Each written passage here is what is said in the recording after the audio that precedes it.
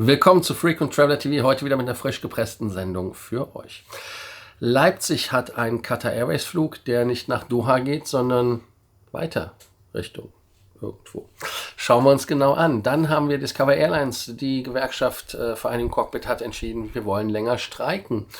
Kai Linnemann von der Lufthansa macht Lobbyarbeit gegen PTS, also gegen den Sustainable Aviation Fuel Anteil von 5%. Die Strafen sind, hat er gesagt, lächerlich? Ich weiß es nicht. Wir gucken uns einfach mal an. Lufthansa ist da etwas unhappy, aber hier muss ich ehrlicherweise direkt schon sagen, hold the horses, da gebe ich der Lufthansa so ein bisschen recht. Weiter haben wir als Themen zum Beispiel, kleinere Flughäfen sind unattraktiv. Das heißt also zum Beispiel Leipzig oder auch andere Flughäfen sind nicht so attraktiv wie zum Beispiel Prag. Ja, das ist für die Lufthansa-Gruppe ein Thema. Dann Stuttgart. Die Freunde in Stuggi haben schlechte Nachrichten aus Atlanta erhalten. Delta sagt, fliegen wir nicht mehr an. Und der BER, der hat Geld von den Klimaterroristen zu bekommen und sehr verklagt. Diese habe ich irgendein Thema vergessen. Discover, Prag, Qatar, Delta, Lufthansa. Nein, wir haben alles und deshalb könnt ihr jetzt den Kanal abonnieren, die Glocke anmachen, Like da lassen. Und natürlich wie immer Kanalmitgliedschaft wärmstens empfohlen, um den Kanal zu unterstützen. Ansonsten, wenn ihr mich unterstützen wollt, könnt ihr mich auch gerne hier anschreiben. Könnt fragen, was ihr tun könnt, wenn ihr tun wollt und so weiter. Also, machen, ne? Wir gehen jetzt in das erste Thema rein, das ist Discover Airlines. Discover Airlines, der Streik geht weiter, etwas unerwartet, weil man eigentlich dachte, dass der Streik durchaus jetzt am heutigen Freitag beendet ist. Aber nein, man hat einfach gesagt, nö, man hat Dienstag angefangen bis Freitag. Das ist ja nur Mittwoch, Donnerstag, Freitag sind ein paar Tage. Wir wollen bis Sonntag verlängern. Und die Lufthansa in Form von Discover Airlines sagt natürlich, dass die Eskalation, die weitere Eskalation der Spartengewerkschaft VC völlig inakzeptabel und ohne jedes Maß ist. Und das ist natürlich in der Hauptreisezeit verantwortungslos. Ja, muss man der Ehrlichkeit halber sagen, ich finde es auch alles andere als schön. Aber muss man jetzt sagen, kann man die Freunde von der Vereinigung Cockpit verstehen oder nicht? Denn man arbeitet natürlich daran, dass diese Politik irgendwann auch ein Ende bekommt. Aber ist es die Lufthansa vielleicht selber schuld, dass man dort halt dieses Thema hat, weil man so politisch geworden ist und die Verdi bevorzugt hat, obwohl man mit der VC, also Vereinigung Cockpit und der UFO schon lange im Gespräch war und die dann halt bei der Verdi sich quasi ins gemachte Netz gesetzt haben und die dann übernommen haben. Also hier eine bewusste, ja, wie nennt man so etwas? Reuse? Ruß? Ich weiß es nicht. Ihr wisst ja, wie man es nennt. Auf jeden Fall von der Lufthansa selbst zu verantworten. Das könnt ihr eventuell beantworten. Wir gehen dann weiter natürlich, dass man mit den Streiks jetzt bis Sonntag ein Thema hat. Das heißt also, am Mittwoch waren ja auch deshalb 8 der 26 geplanten Starts gestrichen worden. Zum Beispiel in München entfiel laut Discover ein Flug nach Ibiza und für gestern ist halt eine ähnliche Bilanz erwartet. Hab da keine aktuellen Zahlen leider. Interessant ist ja auch, dass das Thema über die Discover Airlines hinausgeht. Heißt also, dass man dort Gott sei Dank nur die Frachtsparte der Lufthansa Cityline, ich fast City Airlines gesagt, also auf jeden Fall die Frachtsparte der Cityline dort zu Solidaritätsstreiks aufgerufen hat. Ich bin mal gespannt, ob man da nicht auch anfängt, eventuell andere Teile der Lufthansa zu Solidaritätsstreiks aufzurufen. Also da könnt ihr dann mal schreiben, was ihr dazu haltet und wie ihr das seht. Und man kann natürlich, wie viele Leute das sagen, ja, die haben halt die Gewerkschaft Verdi genommen, die haben halt im Prinzip die Forderungen der VC und der UFO übernommen. Und welche substanziellen Anliegen wollen die denn dann noch durchbringen? Und da ist es halt wirklich nur, dass man sagt, es geht um Macht, ja, und es ist halt provoziert. Und ich denke mal, dass die Lufthansa da durchaus sich keinen Gefallen tut. Hier solltet ihr mal wirklich sagen, was ihr dazu denkt. Also jetzt genug Aufforderung, genug Call to Action, CTA, Call to Actions für euch für diesen Beitrag. Wir gehen jetzt weiter nach Prag. Und zwar Prag als Stadt sehr interessant und sehr zu empfehlen. Auch der Flughafen ist ja teilweise bekannt für gute Abflüge. Aber jetzt kommt's und jetzt ist es so, dass der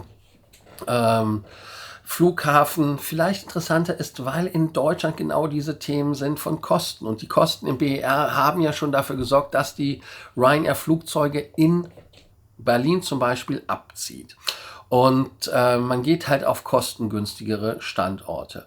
Jetzt sagt ihr natürlich, verdienen die da mehr Geld? Ja, sie verdienen mehr Geld. Und das ist halt der Hauptgrund, weil bei uns die Steuern so hoch sind, ist es gerade für Ryanair, die mit so niedrigen Margen operieren, elementar, dass sie dann auf andere Flughäfen gehen, wo sie mehr Geld verdienen können. Und Ryanair redet ja auch von horrenden Zusatzkosten oder Zugangskosten. Und diese horrenden Zugangskosten ist halt auch der Grund für den Teilrückzug. BER, Flughafen als solches mit Aletta von Massenbach sagt, ja, wir verstehen das kann man so auch sehen. Und Fliegen ist in Deutschland teurer als woanders und auch viel zu teuer als woanders. Ich habe jetzt eben einen Beitrag noch gelesen, ich glaube, das war unter einem Kommentar in Facebook unter die Sendung von gestern oder von vorgestern, ich kann es euch nicht ganz genau sagen, aber da ging es halt wirklich darum, wenn das Flugticket innerdeutsch 160 kostet, fahre ich lieber mit der Bahn, da kostet 60 weniger. Muss man mögen, wenn man masochistisch veranlagt ist, weil mit der Bahn ist es fast schon kriminell. Auch gestern hatten wir wieder Kunden unterwegs, die einen Concierge-Service bei uns haben fürs Reisemanagement, die halt mit Ausfallzügen zu tun hatten, die halt wirklich mit anderen Themen zu tun hatten, als sie mit der Bahn gefahren sind und geschwitzt haben, dass sie jetzt pünktlich zum Flug kommen. Also es hat alles seine Vor- und Nachteile. Also hier geht es hier wirklich darum, dass man in Deutschland, wenn man die Flughäfen abklemmen möchte, wo ich ein bisschen Verständnis für habe, denn Flüge wie Nürnberg, München, wenn eine ordentliche Anbindung zwischen Nürnberg und Frankfurt auf jeden Fall ist, aber zwischen Nürnberg und München ist, dann macht das erst Sinn, aber nicht so. Und das ist genau das Problem. Denn das Fliegen ist halt teuer und die Mitteldeutsche Zeitung hatte auch von Carsten Spohr, also Carsten S. aus M., Name der Redaktion bekannt, nicht geändert, gesagt, dass man bei dem Themenabend Leipzig-Halle dort politisch das will, dass Fliegen in Deutschland teurer wird und dass wir eine Art Insellösung haben. Und es wird auch gleich nochmal interessant, wenn wir von Kai Lindemann sprechen, der Cheflobbyist ist, was da für Auswirkungen für die Lufthansa sind. Und Carsten Spohr sagt einen ganz interessanten Satz, den ich eigentlich auch so unterschreiben kann. Ich meine, ich bin ja immer sehr kritisch, wenn Carsten S. aus M. irgendwas sagt. Aber er sagt diesmal, um eine neue Verbindung aufzunehmen, muss die besser sein als die schlechteste im aktuellen Flugnetz. Und das sagt natürlich auch, dass Leipzig nicht unbedingt auf der Liste ganz oben steht bei der Lufthansa. Wir müssen ehrlicherweise hier jetzt sagen, ja, das ist so. Weil warum soll man eine Strecke bedienen? Die bedienen ja die Strecke nicht aus karitativen Gründen. Gut, es gibt Ausnahmestrecken wie zum Beispiel Straßburg, die angeflogen werden, wenn da die Sitzungswochen sind von der EU. Oder es gab ja auch mal die ein und andere Linienmaschine, die mal eine Strecke geflogen ist, weil da irgendein wichtiger Politiker wohnt. Geschenkt. Aber grundsätzlich ist es ja so, dass die Fluggesellschaften ja fliegen und gucken, wie viel Profit kann ich machen auf der Strecke. Und wenn sie dann halt feststellen, ich sage jetzt Summe X, und diese Summe X ist nicht höher als die schlechteste Strecke von der Profitabilität, die man hat, wenn sie natürlich nicht eine innerdeutsche Zubringerstrecke ist, die man braucht, weil es andere Umsätze bringt, ist es halt so, dass das dann durchaus ein Thema ist. Und die Lufthansa muss auch hier ganz klar sagen, dass sie natürlich hier in Deutschland in einem sehr interessanten politischen Umfeld unterwegs ist. Und wir hier ja einige Dinge haben, die in Deutschland ja dafür sorgen, dass Fliegen ja teurer wird und das ist gewollt. Der BDL sagt halt, die Kostenschraube ist überdreht und sagt dann auch, dass man natürlich die Anhebung der Luftsicherheitsgebühren auch noch machen möchte, in der Spitze dann von 10 auf 15 Euro steigend. Und da muss es wohl ein Belastungsmoratorium geben. Also das heißt im Prinzip, wer nicht weiter weiß, bildet einen Arbeitskreis. Sowas nennen wir ja dann, glaube ich, jetzt Moratorium Neudeutsch. Und das ist halt wirklich so. Und ich denke mal, dass man, wenn man sich das wirklich mal anguckt, von den Zahlen her, 4.500 Euro für einen Start in Leipzig ist natürlich ein teures Brot. Ne? Also wir hatten ja andere Preise gehört, die waren ein wesentliches billiger. Also insofern bin bin ich mal gespannt, was da passiert. Und in demselben Fall kann man natürlich jetzt sagen, Leipzig hat ein anderes Geschäftsmodell. Und da ist es so, dass wir da bei dem Geschäftsmodell vielleicht den Flug von Qatar Airways nehmen können. Und zwar Qatar Airways hat den Flug mit der Flugnummer QR7431 durchgeführt. Dann sagt er, was ist denn QR7431? Das ist das erste Mal, dass die Bundesrepublik Deutschland Leute aus Deutschland, die quasi Asylsuchende waren, die aber nicht anerkannt worden sind oder wie auch immer straffällig und so weiter geworden sind. Da waren Vergewaltiger und sowas alles an Bord anscheinend. Ich weiß es nicht genau. Die sind nach Afghanistan gebracht worden. Und die sind von Leipzig-Halle mit der 787-8er geflogen worden. Und damit hatte man halt den Gast. Und am Freitag, also am heutigen Morgen war es so, dass 28 Straftäter das Land verlassen haben. Ist vielleicht ein Geschäftsmodell, weil ich glaube, es gibt auch in Leipzig da einen eigenen Bereich, wo die Leute sich aufhalten können, auch gesichert und sonst was. Und das ist halt wirklich eine interessante Sache, denn die Maschine mit der Kennung Alpha 7 Bravo Charlie Juliet flog direkt nach Kabul. Von Leipzig nach Kabul. Ich weiß nicht, warum man so eine Abschiebung nicht mit der Hansa machen konnte, aber die wurden dann alle aus den Unterkünften von der Bundespolizei, dort wo sie einkassiert worden waren, nach Leipzig-Halle gebracht und dann in den Flieger. Und dann ging es um 6.55 Uhr los. Das Flugzeug war am Donnerstag, habe ich Freitag gesagt? Nee, war Donnerstag. Freitag um 7.22 Uhr in Doha da ist es gekommen, also aus Doha hergekommen, war wohl ein Leerflug. Und nach Spiegelinformationen hat die Bundesregierung einen Abschiebedeal mit den Taliban auch über die letzten 2 Monate über die Freunde in Doha eingefällt. Vielleicht ist das ein Teil des Deals, dass dort die Qatar Airways fliegen muss. Oder die Lufthansa hat gesagt, wir haben ja keinen Bock drauf. Oder man weiß es ja auch nicht, ob das jetzt auch ein Thema ist. Der Pilot kann ja auch verweigern, dass jemand mitkommt. Und wie wir alle wissen, hat die Bundespolizei ja gesagt, wenn du dich genug wehrst, dann kommst du nicht mit. Und vielleicht ist die Toleranzgrenze bei Qatar Airways da etwas niedriger. Interessant fand ich auch, dass jeder 1.000 Euro Handgeld bekommen hat. Und entgegen der sonst üblichen Praxis der Bundespolizei ist es so, dass das nicht mit Bundespolizeipersonal gemacht worden ist. Das ist wohl auch eine coole Geschichte gewesen. Und ein Arzt hat sich an Bord gefunden. Also, das ist eventuell eine Möglichkeit, den Flughafen zu nutzen. Und wir haben dann die nächste Möglichkeit, und wir hatten das ja auch von Leuten, die das gesagt haben, ja, Larsemann, man müsste ja vielleicht mehr als Flüge anbieten bei der Lufthansa, ab solchen Sekundärflughäfen, Stuttgart, Leipzig, Halle und so weiter. Gut, Leipzig-Halle hat halt so eine Spezialveranstaltung, ne, mit den Abschiebungen, haben wir in Deutschland anscheinend regen Bedarf. Aber Stuttgart zum Beispiel wird ja von der Delta aber auch leider nicht mehr lange angeflogen. Heißt also, Stuttgart hat alle Transatlantikverbindungen damit verloren. Und man flog da von Atlanta aus 4-mal pro Woche mit einer 767-300. Und am 26. Oktober ist Schluss mit lustig.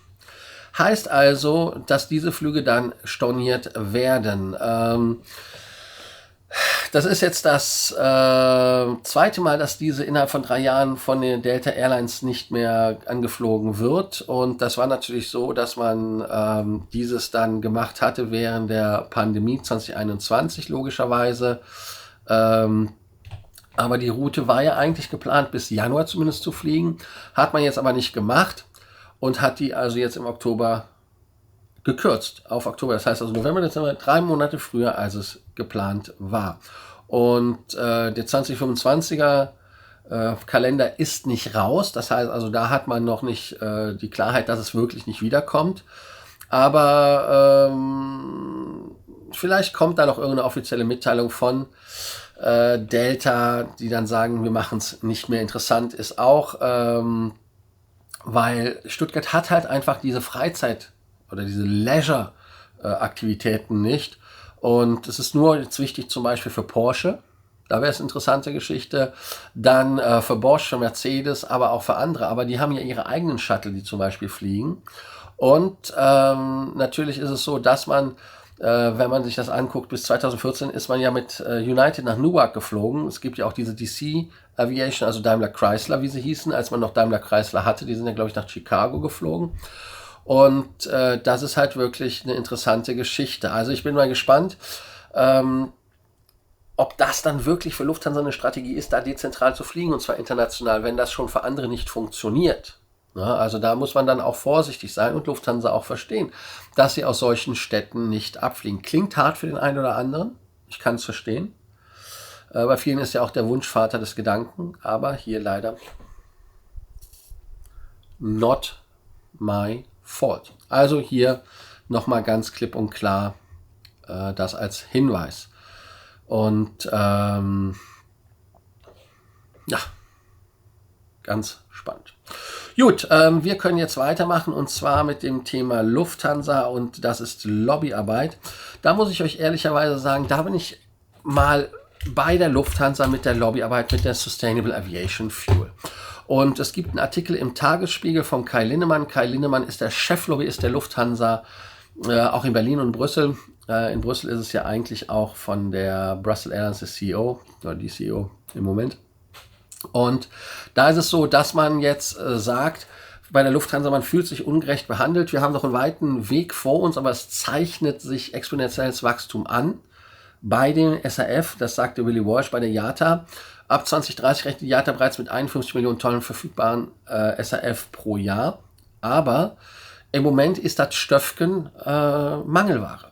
Ja, also wir erinnern uns ja zum Beispiel daran, dass dieses Joint Venture Airbus, wer waren dann noch, Vattenfall und so weiter in Hamburg das Ding ja doch nicht bauen. Und der Politikchef Kai Linnemann, man nennt ihn ja nicht Lobbyist, das ist ja Politikchef, schreibt halt in dem Gastbeitrag für den Tagesspiegel, 2 bis 5 Mal teurer als fossiles Kerosin. Und aufgrund des geringen Angebots bleiben die Preise absehbar hoch. Also das heißt, das ist das Thema. Und Lufthansa vertankt ja schon SAF. Mit der Freiwilligkeit ist es aber bald vorbei, denn ab 1. Januar 2025 gibt es halt eine Regelung, dass mindestens 5% SAF 2% müssen es sein, nicht 5%, mea culpa. Also 2% getankt werden müssen. Und dann in mehreren Stufen bis 2050, also 2050, 70%, so schwierige Zahlen, also bis 2050 70% reingehen müssen. Und die europäischen Fluggesellschaften sehen das alles relativ gelassen, denkt man, aber sie fühlen sich nämlich allein gelassen. Warum? Weil die Politik natürlich da keine kraftvolle Industriepolitik macht. Das heißt, die Klimapolitik ist eine richtige, das ist einfach etwas, was politisch gewollt ist, und dass man dort auch nicht Investitionen macht von der Politik aus. Also das heißt, das will man nicht. Auch ist es so, dass nach problematisch ist die Lage bei strombasierten Kraftstoffen Power-to-Liquid, PTL. Ab 2030 müssen nach EU-Vorgabe 1,2 Power-to-Liquid beigemischt werden. Bis 2055 sollen es 35% sein. Allerdings gibt es in Europa bisher keine PTL-Fabrik. Also das heißt also, dass die Fabriken, wie ich ja sagte, mit Hamburg zum Beispiel, es gibt auch noch andere Beispiele, auf Eis gelegt worden ist, und es gibt keine Importstrategie. Also insofern ist Lufthansa da in einer dusseligen Lage, denn es gibt Strafen, und die Strafe ist wirklich ab 2025 die BTL-Maimischquote von 0,5%. Wenn man die nicht reißt, dann muss man da halt wirklich Knete bezahlen, und das ist dann natürlich unfair, und das ist eine nationale Geschichte. Die Bundesregierung muss ihre nationale Sonderlösung rasch zu den Akten legen, sonst zahlen am Ende Airlines und ihre Kunden absurde Strafen dafür, dass sie den Kraftstoff nicht nutzen, den es gar nicht gibt. Und da muss ich dann der Ehrlichkeit halber sagen, wenn es diese Plörre gar nicht gibt, dann kannst du es auch nicht bestrafen. Das ist halt einfach so. Das finde ich dann immer wieder schwierig. Und da könnt ihr dann natürlich auch sagen, was ihr dazu denkt. Ich habe die Frage des Tages vergessen. Ich muss da nochmal die Fragen des Tages jetzt kurz einmal zwischenschieben. Einmal natürlich könnt ihr hier zu dem Kerosin-Thema was sagen, ob ihr das PTL-Ding oder aber auch das SAF problematisch seht. Und die andere Sache ist natürlich, was denkt ihr, warum sich die Freunde von Delta aus Stuttgart zurückziehen? Und was ist mit den sekundären Flughafen? Sind die überhaupt sinnvoll? Brauchen wir diese Flughäfen überhaupt? Sollte man die einfach vielleicht sagen, okay, brauchen wir nicht mehr, und wir investieren das Geld in die Bahnnetze? Also da seid ihr jetzt gefragt, da was zu sagen und dazu eure Meinung zu nennen. Wir machen jetzt das letzte Thema hier noch schnell zu, und zwar ist das Thema BER die hatten ja Hausbesuche von den Freunden der Klimaterroristen. Ich weiß, ihr habt euch ein bisschen an dem Wort teilweise gestört, aber ich sage es einfach mal, wie es ist. Es sind für mich Klimaterroristen, denn ein Terrorist ist jemand, der andere Leute belästigt oder zwingt, etwas zu tun, was man nicht will. Und das ist halt das, was dort Phase ist. Und wegen einer Blockadeaktion, die halt im November 2022 stattgefunden hat, werden die jetzt auf Schadensersatz verklagt. Und die Klage wurde noch beim Landgericht Cottbus eingereicht. Ich weiß nicht, warum in Cottbus. Das Landgericht bestätigte die Klage und eine Forderung ist relativ überschaubar mit 33.000 Euro. Denn wenn man sich das mal anguckt, wie viele Leute davon betroffen waren, am 24. November, fast 2 Stunden lang, hatte man ja den Flugbetrieb lahmgelegt. Und Lufthansa macht 47.000 Euro Schadensersatz geltend. Und Frankfurt haben ja auch nahe Millionen Schäden gehabt und München. Also ich bin mal gespannt, was da passiert. Man kann sich das ganze Thema jetzt nochmal genau angucken und sagen, wenn man in den Beitragen,